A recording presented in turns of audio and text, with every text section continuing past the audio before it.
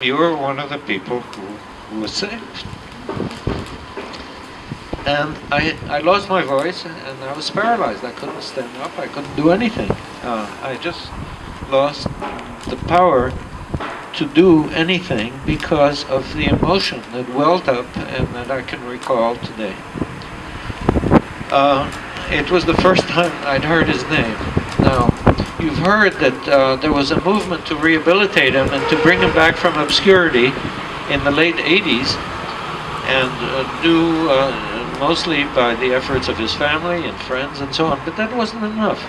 It wasn't enough even for the Wiesenthal Center to send these presentations around the country. Nobody knew.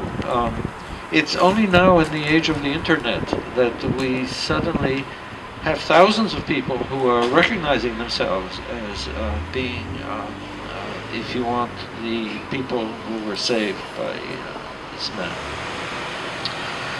So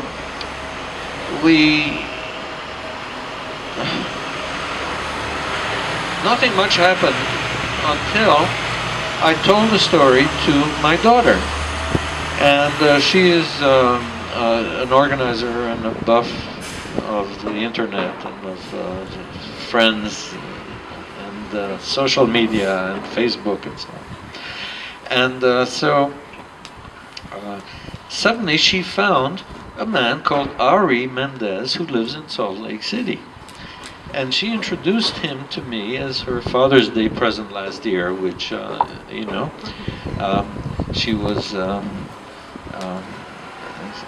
she was giving me a present, which is to see in the person of his grandson the man who had saved our lives.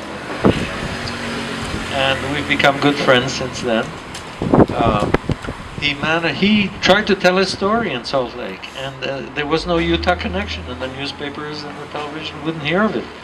But suddenly, when there was a connection with somebody else in Utah, it became a local story.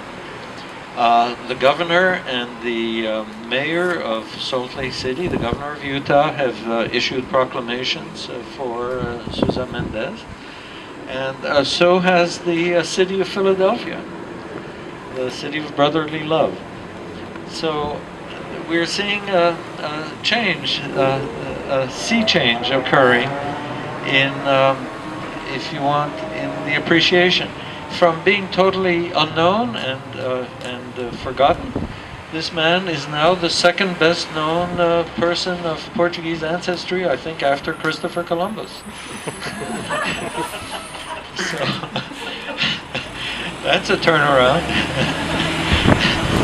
And I think that the textbooks that will be written for our children and grandchildren will necessarily have to take this into consideration in future years.